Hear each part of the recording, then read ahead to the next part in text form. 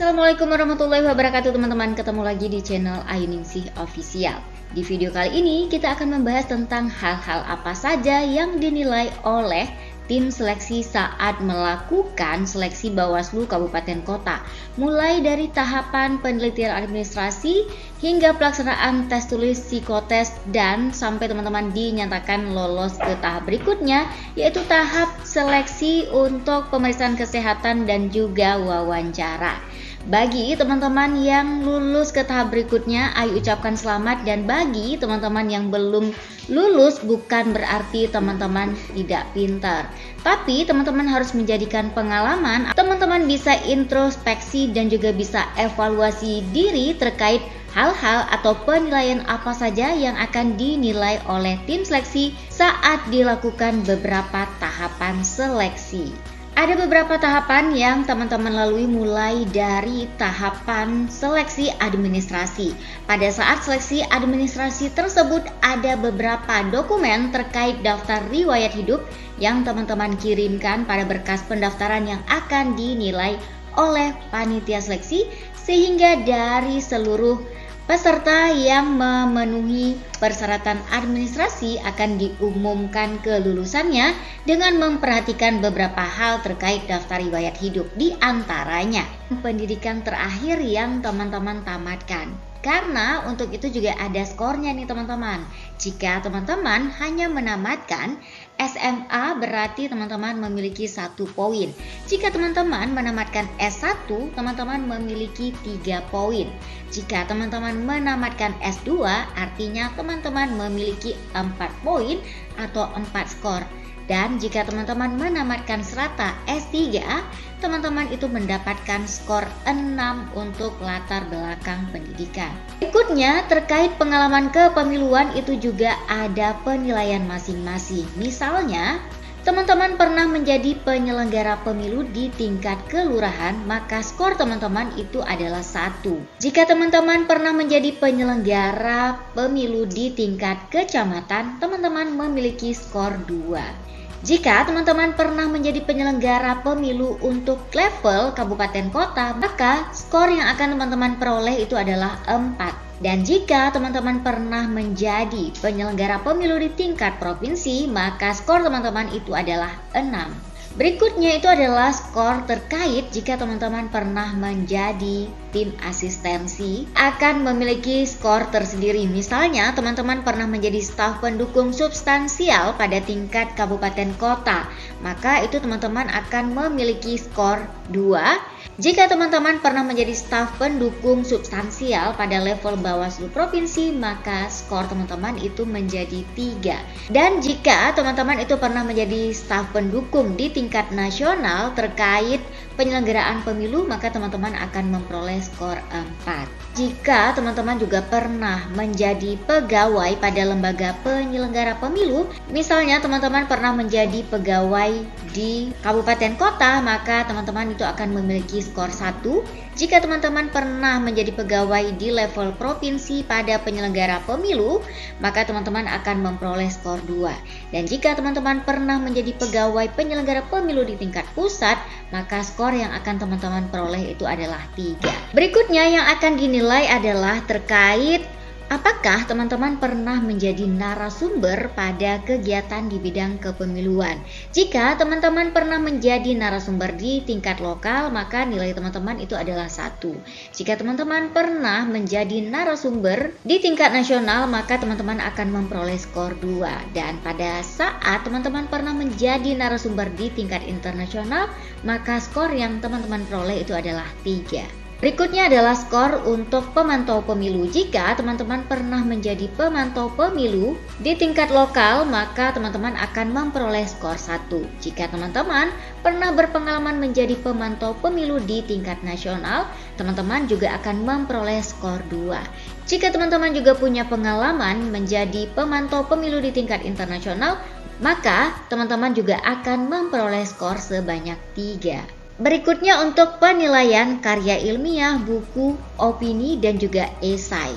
Nah, jika teman-teman pernah menulis buku atau karya ilmiah tentang kepemiluan, maka teman-teman juga akan memperoleh skor 2. Dan jika teman-teman pernah membuat jurnal tentang kepemiluan, teman-teman akan memperoleh skor 3. Jika teman-teman pernah membuat opini tentang kepemiluan di media lokal, teman-teman akan memperoleh skor sebanyak 1. Jika teman-teman pernah membuat opini tentang kepemiluan di media nasional, maka teman-teman juga akan memperoleh skor 2. Berikutnya itu adalah esai tentang kepemiluan. Jika teman-teman pernah membuat esai di tingkat lokal, maka teman-teman itu akan memperoleh skor 1. Dan jika teman-teman pernah membuat esai kepemiluan di tingkat nasional, teman-teman akan memperoleh skor 2.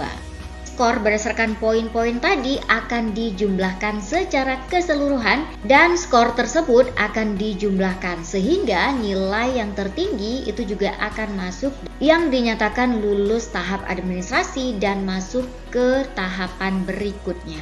Tim seleksi akan menyusun hasil penilaian terhadap berkas seluruh peserta secara berurutan berdasarkan nilai tertinggi dengan dimulai dari nilai tertinggi sampai dengan nilai terendah dengan menuliskan nilai pada kolom skor. Dan tim seleksi juga akan menetapkan peserta yang lulus administrasi untuk mengikuti tahapan selanjutnya sebanyak 4 kali kebutuhan ditambah anggota Panwaslu Kabupaten Kota yang mendaftar. Tes tertulis juga akan dilaksanakan paling lambat 7 hari kalender setelah pengumuman hasil seleksi administrasi dilaksanakan. Teman-teman yang sudah lulus administrasi yang berhak mengikuti tahapan selanjutnya itu adalah pelaksanaan tes tertulis dengan metode CAT. Ada beberapa materi yang tentunya teman-teman sudah lalui dan juga teman-teman pelajari. Di antaranya itu adalah yang pertama pengetahuan dan kesetiaan terhadap Pancasila, Undang-Undang Dasar Negara Republik Indonesia tahun 1945, Negara Kesatuan Republik Indonesia, Bhinneka Tunggal Ika, pengetahuan mengenai pemilu, pengawasan pemilu, ketatanegaraan, dan kepartaian.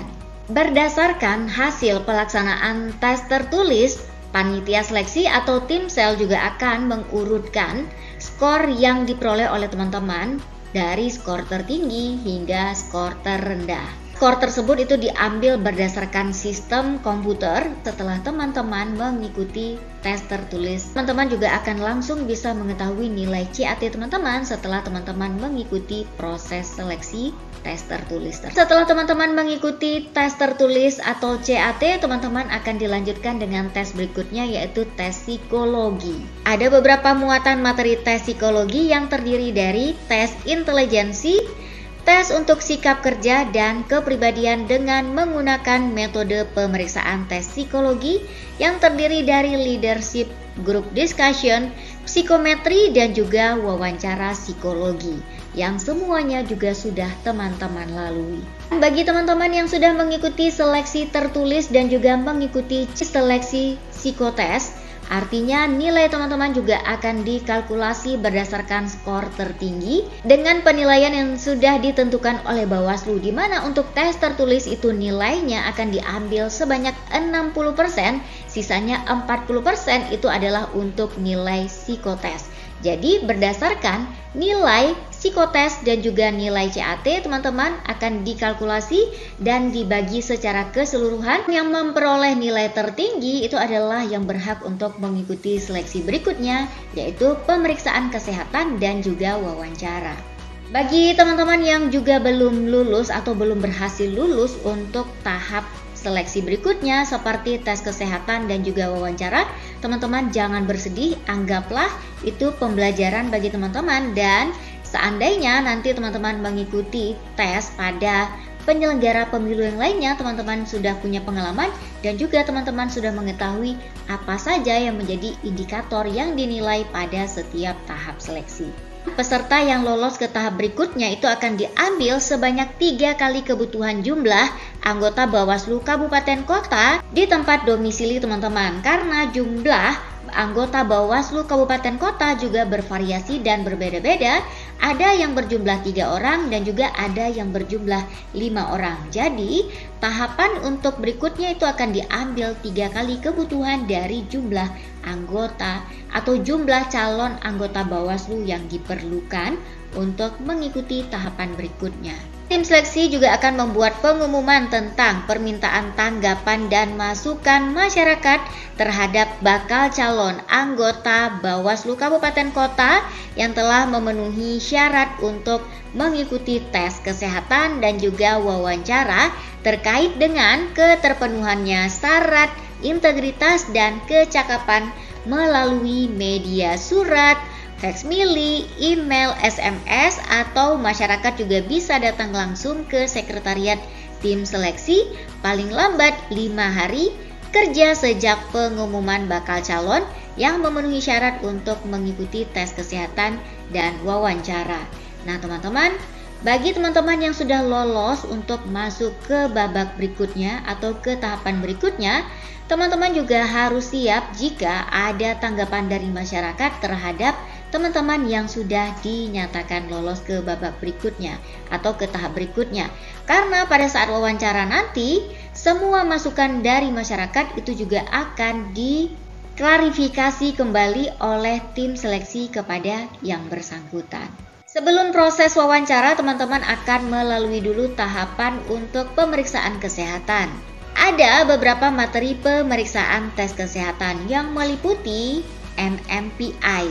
Nah, MMPI ini adalah untuk pemeriksaan kesehatan psikologis. Nantinya teman-teman juga akan disuguhkan beberapa pertanyaan, lebih kurang sekitar 575 soal atau mungkin bisa menjadi lebih kurang lagi ya sesuai dengan kebutuhan di beberapa daerah.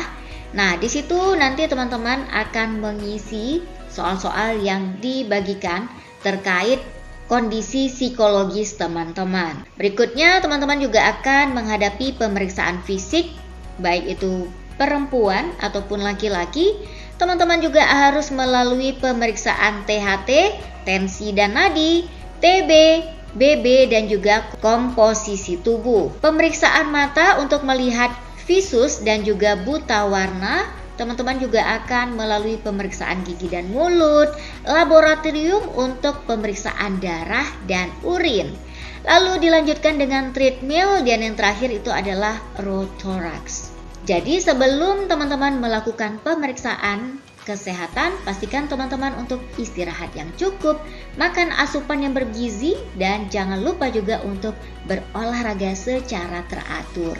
Setelah selesai melakukan pemeriksaan kesehatan, teman-teman juga akan dilanjutkan dengan seleksi wawancara, di mana untuk tahapan wawancara ini pelaksanaannya maksimal untuk 3 hari. Jadi peserta akan dibagi menjadi 3 kelompok atau 3 gelombang.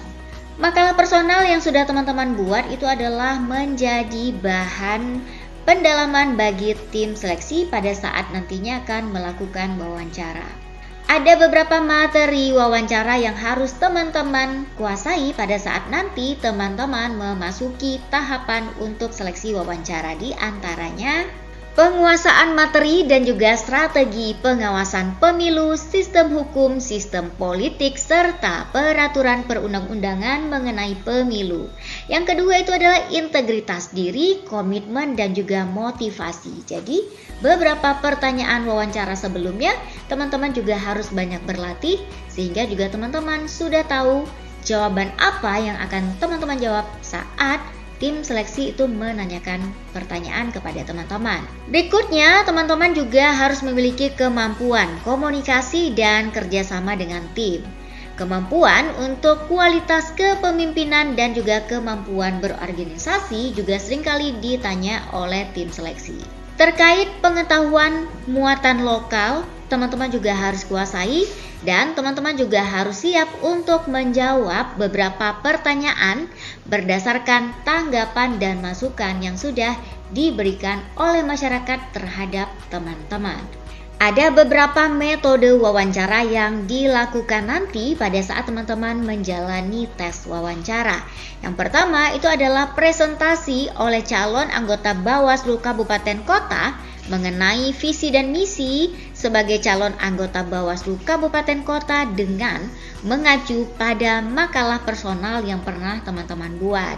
Yang kedua, setelah presentasi tentunya akan dilanjutkan dengan tanya jawab yang meliputi materi wawancara, presentasi, dan juga klarifikasi atas tanggapan dan masukan masyarakat. Dan seluruh anggota tim seleksi nantinya akan mengajukan beberapa pertanyaan secara bergantian kepada calon anggota Bawaslu Kabupaten Kota. Setelah teman-teman mengikuti tahapan untuk pemeriksaan kesehatan dan juga presentasi wawancara, tim seleksi juga akan mengkalkulasi nilai teman-teman secara keseluruhan, di mana presentase untuk presentasi tanya jawab wawancara itu sebanyak 70%, sedangkan 30%-nya lagi diambil dari pemeriksaan kesehatan. Kedua, tahap ini akan dijumlah dan dikalkulasikan nilai untuk mendapatkan skor, dan skor juga akan diurutkan berdasarkan nilai tertinggi yang diperoleh oleh calon anggota Bawaslu Kabupaten Kota. Dan tim seleksi juga akan menetapkan nilai hasil penjumlahan tertinggi sebanyak 2 kali kebutuhan jumlah anggota Bawaslu Kabupaten Kota untuk mengikuti tahapan fit and proper test. Jika di tempat domisili teman-teman anggota Bawaslu-nya itu berjumlah 3 orang, maka 6 calon nantinya akan diurutkan berdasarkan nilai tertinggi untuk mengikuti seleksi fit and proper test. Tapi jika di kabupaten kota teman-teman anggota Bawaslu berjumlah 5 orang, maka sebanyak 10 peserta berdasarkan nilai tertinggi nantinya akan mengikuti tahapan berikutnya untuk fit and proper test. Pengumuman hasil tes kesehatan dan wawancara dilakukan melalui website Bawaslu Provinsi, dan tim seleksi juga akan menetapkan dan menyampaikan nama-nama calon anggota Bawaslu Kabupaten Kota sebanyak 2 kali jumlah anggota Bawaslu Kabupaten Kota yang dibutuhkan untuk dilaksanakan uji kelayakan dan kepatutan oleh Bawaslu. Dalam hal ini, Bawaslu juga akan melakukan uji kelayakan dan kepatutan terhadap nama-nama calon anggota Bawaslu Kabupaten Kota yang disampaikan oleh tim seleksi. Dan Bawaslu juga dapat menunjuk Bawaslu Provinsi untuk melakukan uji kelayakan dan kepatutan atau fit and proper test terhadap calon anggota Bawaslu Kabupaten Kota. Dalam hal uji kelayakan dan kepatutan didelegasikan kepada Bawaslu Provinsi, maka mekanisme rapat pleno dilaksanakan sesuai dengan Peraturan Bawaslu Nomor 7 Tahun 2015 tentang tata cara dan pola hubungan Badan Pengawas Pemilihan Umum, Badan Pengawas Pemilihan Umum Provinsi, dan Panitia Pengawas Pemilihan Umum Kabupaten Kota, Panitia Pengawas Pemilihan Kecamatan, Pengawas Pemilihan Lapangan, dan Pengawas Tempat Pemungutan Suara. Bawaslu Provinsi melalui rapat pleno memberikan penilaian dan ranking kepada 2 kali calon anggota Bawaslu Kabupaten Kota yang dibutuhkan berdasarkan undang-undang dan selanjutnya dituangkan dalam berita acara rapat pleno. Bawaslu Provinsi melalui rapat pleno akan merekomendasikan kepada Bawaslu nama-nama anggota Bawaslu Kabupaten Kota yang dibutuhkan berdasarkan nilai tertinggi berdasarkan hasil seleksi fit and proper test.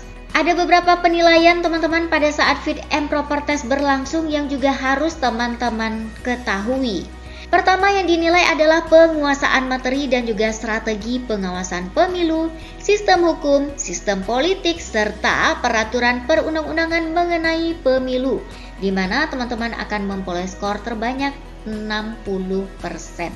Sedangkan dalam fit and proper test teman-teman juga akan dinilai terhadap kualitas kepemimpinan dan juga kemampuan berorganisasi teman-teman sebanyak 30%.